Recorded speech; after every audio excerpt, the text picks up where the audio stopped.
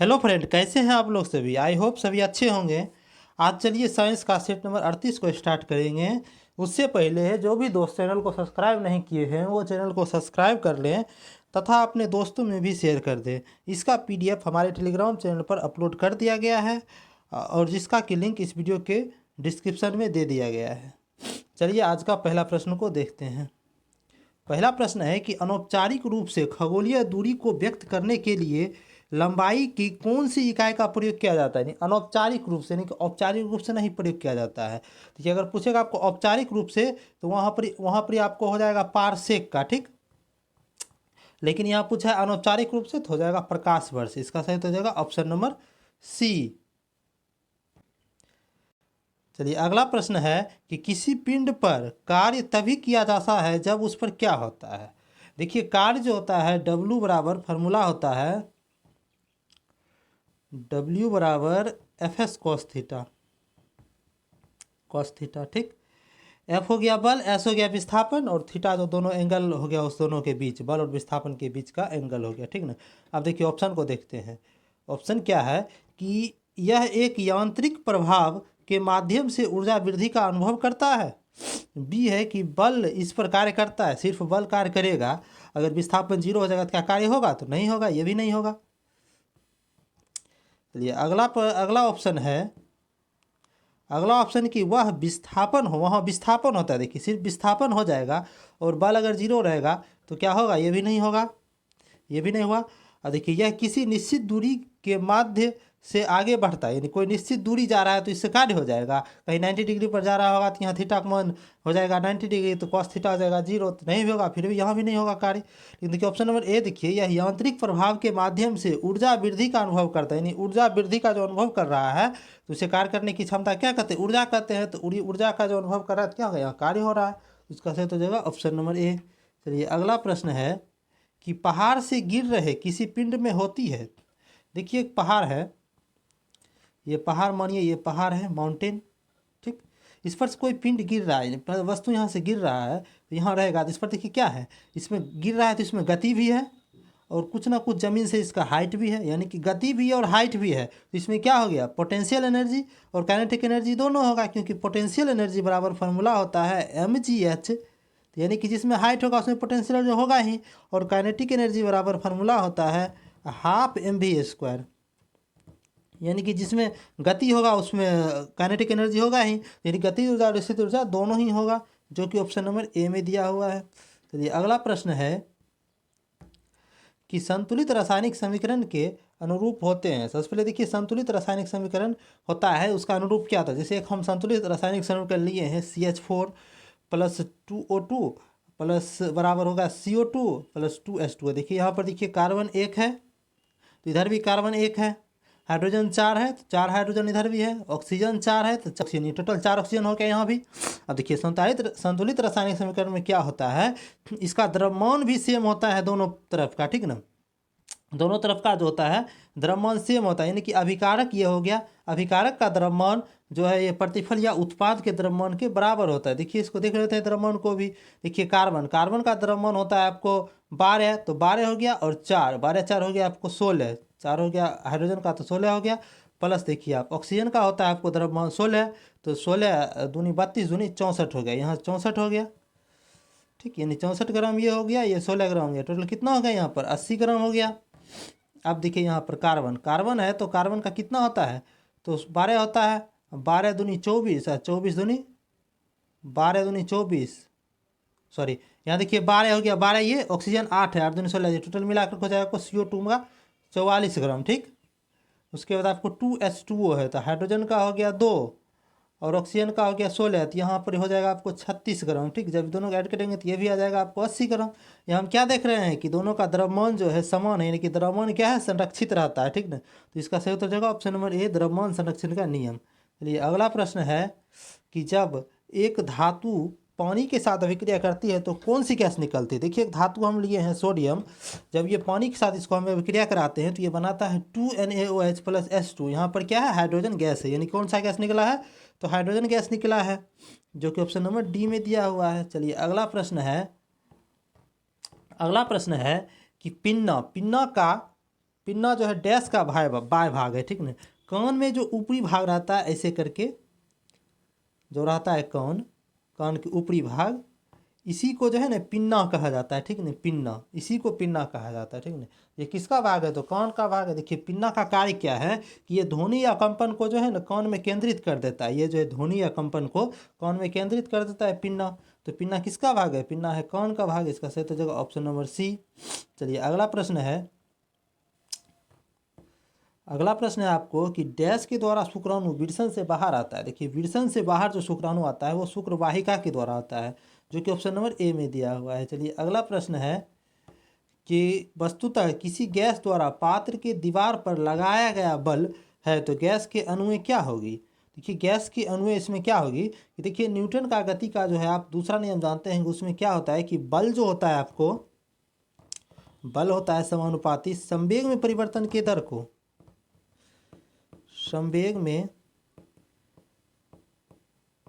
परिवर्तन की दर को, परिवर्तन की दर को, यानी क्या हुआ बल, यानी एफ हो गया आपको समानुपाती एम बटा टी, यानी परिवर्तन की दर मैंने तो टी नीचा चल जाएगा, हो गया बल समानुपाती हो गया समय में परिवर्तन की दर को। अब देखिए क्वेश्चन पढ़ते हैं कि किसी गैस है, कोई गैस है द्वारा पात्र की दीवार पर लगाया गया बल है तो यह गैस के अणु को क्या करेगा? लगाएगा बल जो है संवेग में परिवर्तन की दर से होगा। तो देखिए किस में दिया हुआ है? ऑप्शन नंबर डी में दिया है कि दीवारों के टकराने के कारण उसके संवेग में परिवर्तन कर देगा। इसका सही जगह ऑप्शन नंबर डी।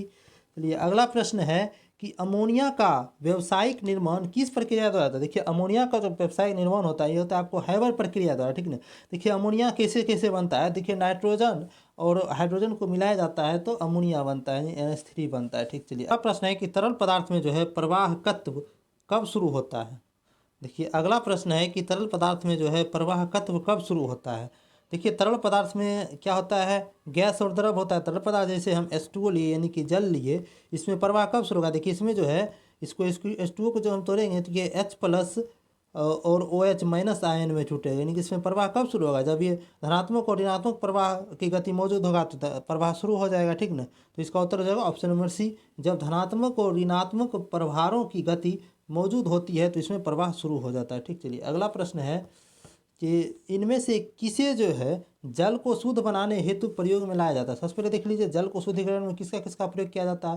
देखिए जल के शुद्धिकरण में जो है क्लोरीन का प्रयोग किया जाता है, ब्रोमीन का प्रयोग किया जाता है, आयोडीन का प्रयोग किया जाता है, reverse osmosis, reverse osmosis, osmosis, ठीक। रिवर्स ऑस्मोसिस हो गया। परावैंगनी किरणें का, परावैंगनी किरणें का प्रयोग किया जाता है। उसके बाद आसवन विधि का प्रयोग किया जाता है जल को शुद्धि करने में, ठीक। अब देखिए क्या हमसे पूछा इनमें से जल को शुद्ध बनाने हेतु तो प्रयोग किया जाता है। देखिए इस सब में से कौन सा है? तो रिवर्स ऑस्मोसिस है, जो कि ऑप्शन नंबर सी में जो है रिवर्स परासरण। चलिए अगला प्रश्न है कि निम्नलिखित तत्वों में से किसके कुल 3 कोषों और बाहरी कक्षा में 8 इलेक्ट्रॉन है? जब पूछेगा बाहरी कक्षा में 8 इलेक्ट्रॉन तो वो चला जाएगा सीधे ओकिरिया गैस में। ओकिरिया गैस में कौन कौन होता है? तो helium, neon, argon, krypton, xenon हो गया और रेडोन हो गया। इसमें सिर्फ जो हीलियम होता है इसके बाह्यतम कोष में 8 इलेक्ट्रॉन नहीं होता है, इसके बाह्यतम कोष में सिर्फ 2 इलेक्ट्रॉन होता है और बाकी बात जितना ओकिरिया गैस है सभी के बाह्यतम कोष में कितना 8 इलेक्ट्रॉन होता है, ठीक ना। तो इसमें से कौन हो जाएगा? ओकिरिया गैस इसमें दिया हुआ है आर्गन दिया हुआ है, इसका सही हो जाएगा ऑप्शन नंबर डी आर्गन। चलिए अगला प्रश्न है कि डैश जो है नग्नबीजी पौधे होते हैं, तो नग्नबीजी पौधे इस समय से पाइनस है। चलिए अगला प्रश्न है कि वे अम्ल जिन्हें हाइड्रोजन के साथ ऑक्सीजन के अतिरिक्त अन्य अधात्विक तत्व होते हुए कहलाते हैं। देखिए एसिड जो होता है वो 2 प्रकार का होता है, एक होता है हाइड्रा एसिड, एक होता है ऑक्सी एसिड, ठीक ना। देखिए हाइड्रा एसिड जो होता है उसे ही हम अनॉक्सी एसिड भी कहते हैं। हाइड्रा एसिड जो है इसमें हाइड्रोजन होता है, ठीक ना, इसमें हाइड्रोजन होता है तो हाइड्रा एसिड हो गया। देखिए हाइड्रा एसिड का उदाहरण हो गया आपको HCl, HF, ये सब हाइड्रा एसिड हो गया, ठीक ना। एक होता है आपको ऑक्सी एसिड, ठीक ना। तो ऑक्सी एसिड में क्या होगा? हाइड्रोजन के साथ साथ जो है ऑक्सीजन भी होता है, ठीक ना। तो ये हो जाएगा आपको ऑक्सी एसिड। ये ऑक्सी एसिड का उदाहरण होता है आपको HNO3 और H2SO4, ये सब क्या हो गया आपको? ऑक्सी एसिड का उदाहरण हो गया, ठीक है। आप देखिए ऑप्शन में क्या क्वेश्चन क्या कह रहा है कि हाइड्रोजन के साथ ऑक्सीजन के अतिरिक्त, यानी अतिरिक्त मतलब क्या होगा? ऑक्सीजन को छोड़ करके अन्य धात्विक तत्व मौजूद होते हैं। यहाँ देखिए हाइड्रोजन के साथ जो है या ऑक्सीजन को छोड़ करके अन्य धात्विक तत्व मौजूद है, ये कौन से प्रकार का एसिड है? तो ये आपको हाइड्रा एसिड है। तो हाइड्रा एसिड या अनोक्सी एसिड इसे कहते हैं, जो कि ऑप्शन नंबर सी में दिया हुआ है। चलिए अगला प्रश्न है कि लिटमस विलियन एक बैंगनी डाई है जिसे डैश से निकाला जाता है। देखिए लिटमस विलियन को जो है लाइकेन से निकाला जाता है, जो कि ऑप्शन नंबर सी में दिया हुआ है। चलिए अगला प्रश्न है कि संक्रमण तत्व क्या होते हैं? देखिए डी ब्लॉक के तत्व जितने भी होते हैं वो सारा संक्रमण तत्व होते हैं, और संक्रमण तत्व के बाहरी दो कक्षा जो है ना अपूर्ण होता है, ठीक ना, बाहरी दो कक्षा अपूर्ण होता है, और ये परिवर्तनशील संयुक्ता दर्शाता है, ठीक ना। अब देखिए इसमें क्या कह रहा है कि संक्रमण तत्व क्या आता है? वह तत्व जिनके दो बाहरी सेल अधूरे होते हैं, यही तो उसका उत्तर हो जाएगा ऑप्शन नंबर ए।